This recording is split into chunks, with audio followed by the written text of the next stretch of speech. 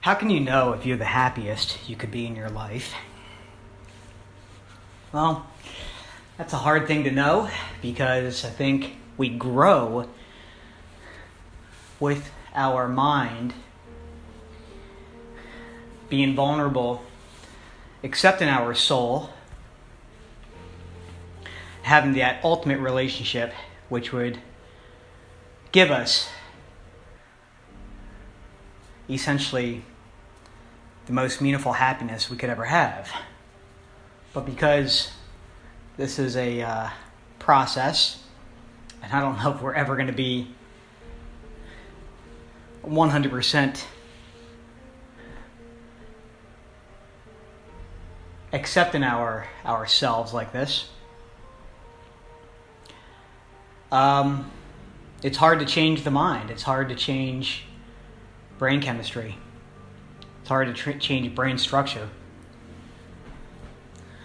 But either way, this is definitely a sign that you're very happy, or at least you're not stuck, or at least you're realizing you are, with not being that happy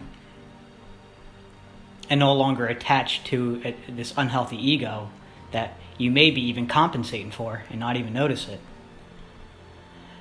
And one way we could realize this is to see how far we go in conversation with others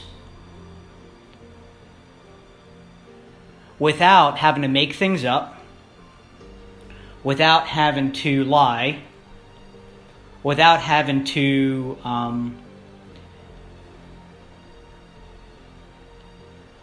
just try to be right, without just giving in and, being that type of way where you are so-called easygoing and you just give in to almost anything.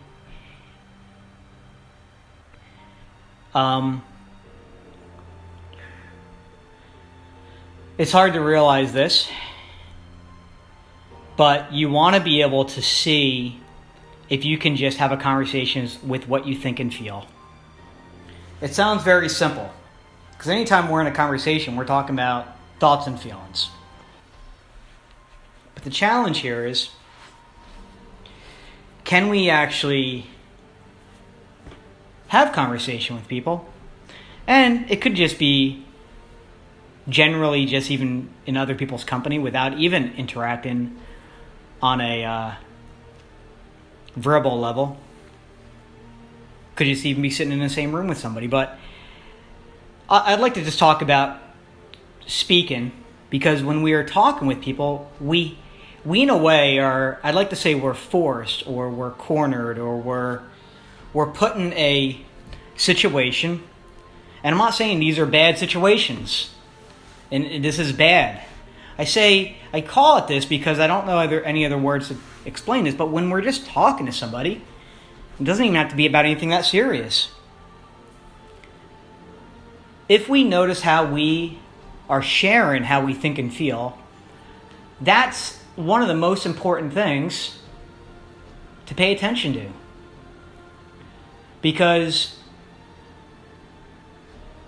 the second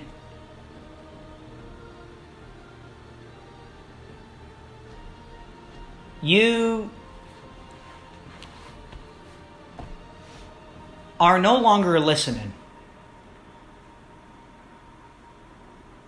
that's the very second that you realize you gave up trying to care. And not necessarily trying to care about what another person thinks and feels, that's a byproduct. What we're doing here is, when this happens, is we're stopping to care about how we think and feel. Because if we can't care about how we think and feel, how could we care about anyone else about what they think and feel? I'm not saying it can't be done, but I think it's better to have the former. It's better to have ourselves first, because then it's more authentic. It's more of a connection. It's more meaningful, and I think that's where we should be.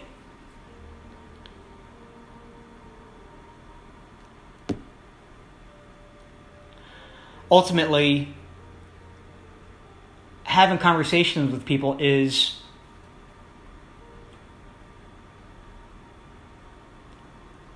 when we share what we think and feel, we are, if we're ever in a conflict with somebody, meaning we're becoming in such a way that we don't care, or we're invalidating, or we're not there emotionally, just caring, listening, having perspective. I'm not saying let people do whatever they want and have any opinion they want. I think it's about conversation. But the second we check out, I'd like to say we're afraid to care how we think and feel. And this is where people start to not want to be wrong. They want to just, condemn another person, minimize, be aggressive, be passive aggressive.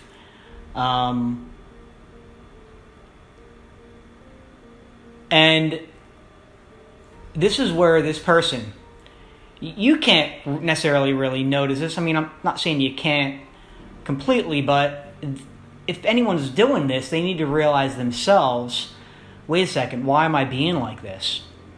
And this single worst answer will be anything that you say about anyone else, what they said, what they did, besides how you feel and think. That's the problem, is you. I'm not saying you can't think and be mad at people. What I'm saying is, when we don't blame ourselves for how we're being, and it's someone else's fault, we lose the entire perspective of realizing we're afraid to just care. And then we'll further lose this perspective by even further going, I do care. Look at how I'm caring, how I think and feel. And I'm gonna get strong. I'm gonna get tough. I'm gonna get. And it seems like, well, you're not. You don't care. You're just being more protective. That doesn't mean you care when you're protective. At least not in this type of situation. What are you protecting? Your ability to not care. You don't want to have that. Which will lend someone to realize, as they go down this road of, I'm going to have conversation, just have any conversation. People are going to have different opinions. I'm going to have different opinions. If my goal, as I realize as this all unfolds, it's not to win, it's to understand. And I hope they are trying to understand me as well. And I don't really know if they are. But as long as who I am is not being threatened, I'm not protecting myself, then I could be willing to be wrong. I could be willing to get very creative and open-minded. And it sucks to have an idea that you believe, or have a belief system that is so real to you and so meaningful and all that stuff, for whatever the reasons are with that, and then change it. It almost seems impossible, and I'm not saying change it. That technically is part of the struggle. But at a personality level, besides it being cognitive related, and it's hard to change, how our synapses are connected to an idea that are so tight, and we're not willing to break that bond and develop new ideas that contradict our current idea. There's a personality in addition to this that is how our mind is identifying who we are, and we can't do that, not just because it's technical on a logical level, or it's technical on a brain structure level, but it's hard to do this, to care. This ability to say, hang on, this is hard to understand. I don't know if I'm right or wrong, but this is how I'm interpreting it. And I would like to know the truth. And people that can go along this process everyone around them that can't do this as well will be threatened. They'll be threatened because they can't actually open their mind and care as well. They need to be right. Being right, trying to be right, manipulating to be right, making somebody else feel bad in order to feel better about yourself, distract them with that. Talk about anything else, not what you were talking about. I'm not saying you can't distract and can't guide the conversation against what you have a difficult time with for whatever the reason. That could be normal and fine and help you in life, dependent. But I think ultimately if we're doing that because I don't want to have to care,